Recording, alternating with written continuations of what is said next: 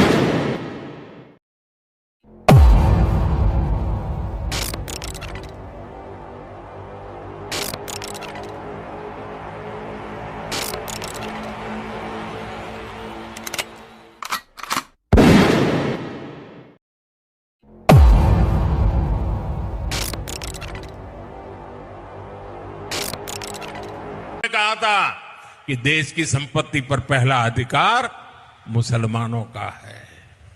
इसका मतलब ये संपत्ति इकट्ठी करके किसको बांटेंगे? जिनके ज्यादा बच्चे हैं उनको बांटेंगे। घुसपैठियों को बांटेंगे।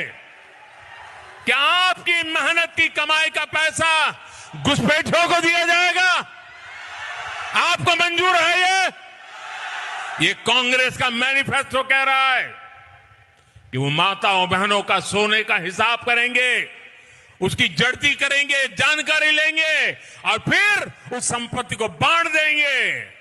और उनको बांटेंगे जिनको मनमोहन सिंह जी की सरकार ने कहा था कि संपत्ति पर पहला अधिकार मुसलमानों का है। भाइयों बहनों, ये अर्बन नक्सल की सोच, मेरी माताओं बहनों, ये आपका मंगलसूत्र भी बचने नहीं देंगे। यहां तक जाएंगे मैं कहने का। मेरी मां का मंगलसूत्र इस देश को कुर्बान हुआ है। कैसी कैसी बहकी बहकी बातें। पिछले 2 दिनों में अब ये शुरू हुआ है कि कांग्रेस पार्टी चाहती है कि आपके मंगलसूत्र और आपका सोना आपसे छीन ले। 70 सालों से ये देश स्वतंत्र है। 55 सालों के लिए कांग्रेस की सरकार रही है। किसी ने आपसे सोना छीना, आपके मंगलसूत्र छीने?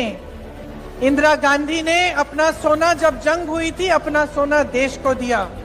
मेरी मां का मंगलसूत्र इस देश को कुर्बान हुआ है। और अगर मोदी जी मंगलसूत्र का महत्व समझते तो वो ऐसी अनैतिक बातें नहीं करते।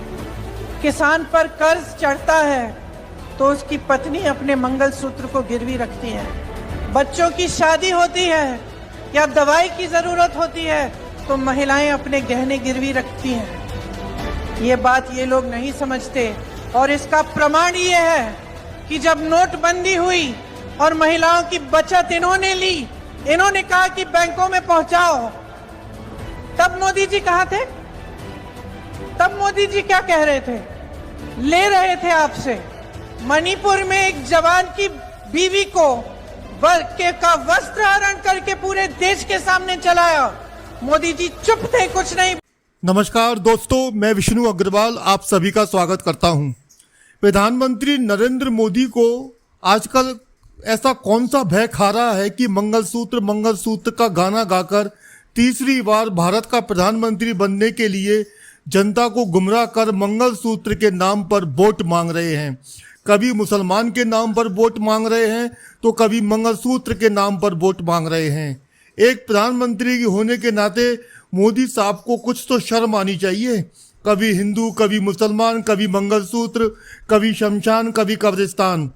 मोदी जी अब तो अपने बेतुके नजरियों को बदलिए। आप अपने 10 साल के शासन में कोई कीर्तिमान तो स्थापित नहीं कर पाए। अगर हिम्मत है तो नोटबंदी के नाम पर वोट मांगिए, जीएसटी के नाम पर वोट मांगिए, चुनावी चंदे के नाम पर वोट मांगिए, 15 लाख के नाम पर वोट मांगिए, बुलेट ट्रेन के नाम पर वोट मांगिए, भूख बेगारी और गरीबी के नाम पर वोट मांगिए, किसानों के नाम पर वोट मांगिए। मोदी साहब, आप कब तक मंगलसूत्र का गाना गाते रहेंगे? सोनिया गांधी ने तो अपना मंगलसूत्र भारत माता पर कुर्बान कर दिया, सारा जमाना जानता है, पूरी दुनिया जानती है, लेकिन आज तक मंगलसूत्र की दुहाई नहीं दी।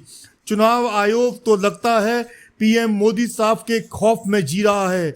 चुनाव आयोग गांधी जी के 3 बंदर की तरह नजर आ रहा है, ना देखो, ना सुनो, ना बोलो का रूप धारण कर लिया है चुनाव आयोग ने।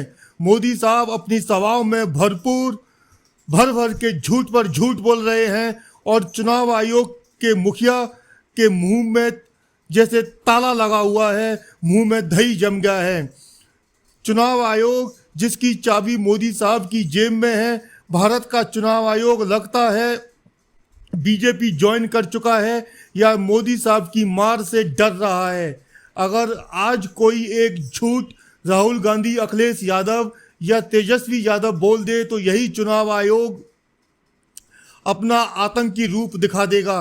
2024 के चुनाव में अब तक सबसे ज्यादा चुनाव आयोग मर्यादाओं का उल्लंघन कर रहा है और मीडिया की बेशर्मी तो सारी दुनिया जानती है। 2024 का परिणाम जो भी हो, लेकिन यह लगभग तय है, मानिए कि चुनाव 2024 का चुनाव भारत के राजनीतिक इतिहास को बुरी तरह कलंकित और दागदार करने वाला साबित होगा। चुनाव की फाइनल चाबी मतदाता के हाथ में है और मतदाता का ये ईमानदारी से फर्ज बनता है कि वह राजनेताओं की सभाओं में जाकर जोकर की तरह सिर्फ तालियां ना बजाए, देश हित की मर्यादाओं को ध्यान में रखते हुए ईमानदारी से बुद्धि विवेक का इस्तेमाल कर अपने वोट का इस्तेमाल करे और एक सच्चे भारतीय होने का फर्ज अदा करे।